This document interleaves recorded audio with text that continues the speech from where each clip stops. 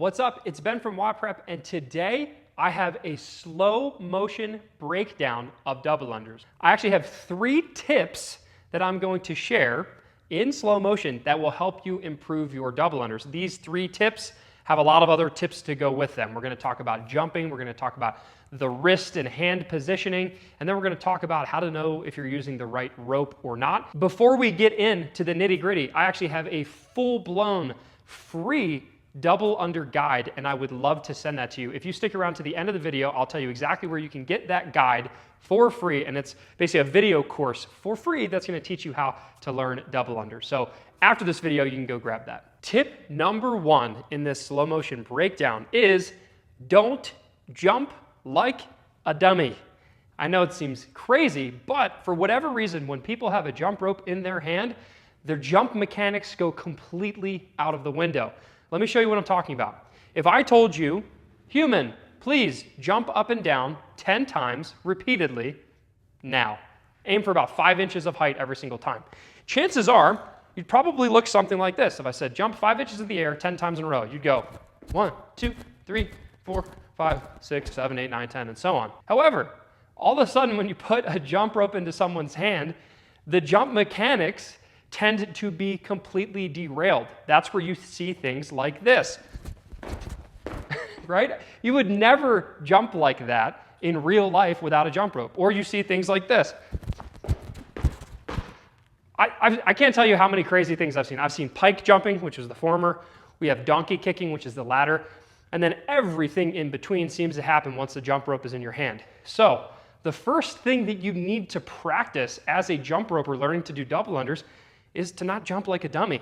And all I mean by that is jump like you normally would, which means your torso stays vertical, your eyes stay straight, your knees bend maybe a little bit, and your toes stay pointed at the ground. So again, without even a jump rope in my hand, it looks something like this. I'm just jumping straight up in the air. That's it. Keep my eyes forward. You'll notice that when I'm actually jumping, when I'm in the air, I allow my toes to stay pointed down at the ground, which helps me rebound really easily. I'm not lifting my toes up in the air. I'm not doing anything crazy.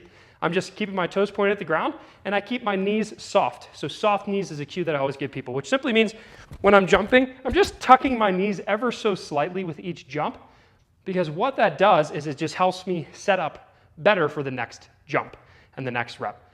So as long as you can jump up and down without being a dummy, torso vertical, knees slightly bent, toes pointed down, and your gaze pointed forward, and you can do that with control, rebounding every single time, then you have what it takes to jump for double unders.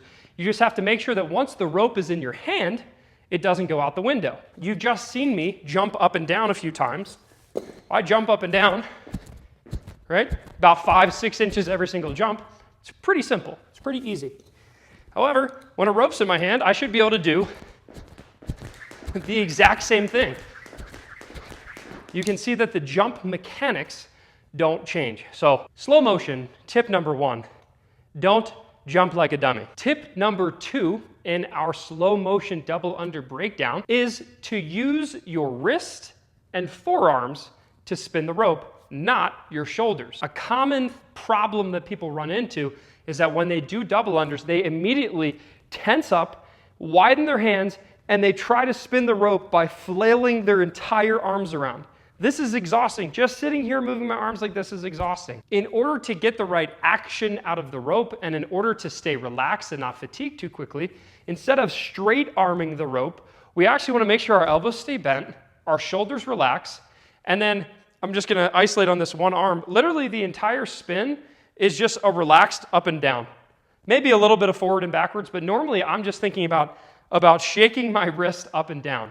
This up and down motion right here is all it takes to spin the rope. It's relaxed.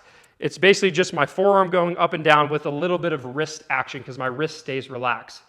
Now, for the actual double under cadence, it's kind of, rather than just like up and down, it's more of like 1, 2, 1, 2, 1, 2.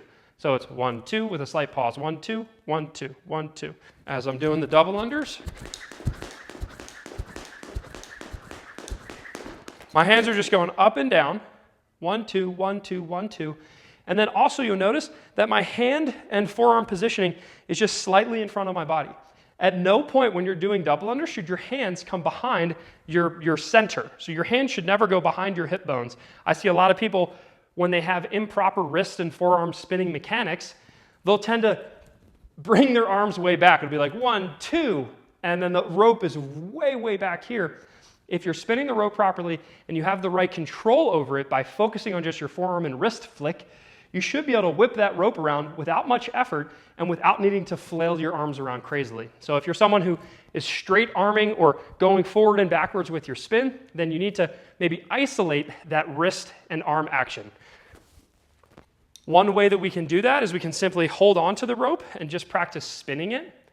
So you can see here I'm able to go 1, 2, 1, 2, 1, 2, 1, 2. And I can feel the weight of the handle, and I'm practicing just spinning, and it should spin in a nice, easy spin by just simply doing a little bit of wrist action. You'll notice I'm not going 1, 2, 1, 2, 1, 2, 1, 2. We don't want to do that. We just need a little bit of 1, 2, 1, 2, 1, 2. Okay? So that's an easy way just to practice that wrist and forearm action. So moral of the story, tip 2 is use your wrist and forearms, not your shoulders, to spin the rope. Tip number 3, and this is a very important one, is you need to check your rope. So there's a few things, specifically the length, that I think matters most about the jump rope. A lot of people ask me, Ben, I'm 6'1", how long should my jump rope be? And I'm like, it depends. It depends if, when you're jumping, does the rope click the ground, but also, is it not too long? We don't want it to be too long. So what that means is you need to find a rope, regardless of how tall you are or how long your arms are. It doesn't really matter because everyone's different. Based on the way that you spin for double unders, does your rope click the ground ever so slightly?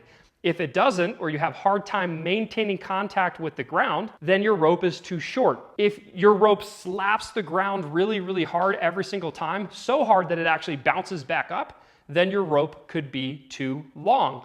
So if you listen for this, you should be able to hear as I do double unders, this rope is pretty much perfectly sized for me, and just for reference, because everyone's gonna care, I'm 5'9" and 3/4, not a half, 3/4, don't forget it. 5'10" on my dating profile. And you can see that the actual rope length comes to pretty much like just below my chest, just below my nipples. Now, that's because I'm a pretty efficient jumper. If I was a really efficient jumper, my rope would only need to be this long because my hands are gonna be really, really low. If you're an inefficient jumper, which especially as beginners, I recommend going with something a little bit longer, but here's how you test to make sure you have the right size. When you're doing your single under practice, and especially when you transition to double unders, you should hear the rope click every single time as it passes under your feet. So you can hear it clicking, and then when I transition to double unders, you can see that every single time it goes click, click, click, click, click, click. And if you're listening closely, the very last rep, it actually didn't click the ground because I spun it extra hard and it lifted up. If your rope is way too long, what's going to happen is you'll hear the click, but the contact of the rope is going to be maybe a few feet out in front of you. That rope should be clicking the ground just a few inches in front of where you're jumping, you know, I'd say up to a foot. But if you have a really long rope, it might be contacting the ground like 18 inches to 2 feet to 3 feet in front of your body because it's so long, and then it slaps the ground and can come back up and hit your feet, or it's just dragging across the ground for way too long, which obviously will mess up your jump. A sign of a rope that's too short, and I'll try to demo here, maybe if I jumped with my hands really wide, this is what it might sound like. You can hear the rope's not clicking the ground. Right? The rope's not clicking the ground. I can hardly even demo that because when the rope's not clicking the ground, the rope is up in the air and it's going to contact my feet as I'm trying double unders and I'm going to trip. So you need to listen for the rope, and then I would recommend even filming yourself in ultra slow motion. Pretty much every smartphone nowadays has a camera that can do crazy slow-mo. Film yourself in slow motion and watch. What is that rope doing? Is it tapping the ground? Is it slapping the ground too hard, which means your rope's too long? Or is it not touching the ground at all? You should be able to hear that. If it's not touching the ground at all, then you need to size up your rope a little bit, go a little bit longer. The last thing I want to say about your rope, when you're watching it in slow motion, I also want you to check one more thing. Are you maintaining the arc or the parabola shape? Basically, is your rope a perfect U? Okay, it should look nice and tight. It should be a U shape as it's spinning around your body. If you're noticing that the rope is all twisted and tangled, and as you're spinning it, it's losing its shape and it's going crazy, that means that you're probably not keeping tension on the rope. You're doing something weird with your spin. It could mean that you need to go with a rope that has a slightly heavier cable. That could work, but ultimately you need to make sure that that rope is spinning around your body with that parabola shape the whole time. So I hope that all of this slow motion video and these 3 main tips will help you improve your double unders.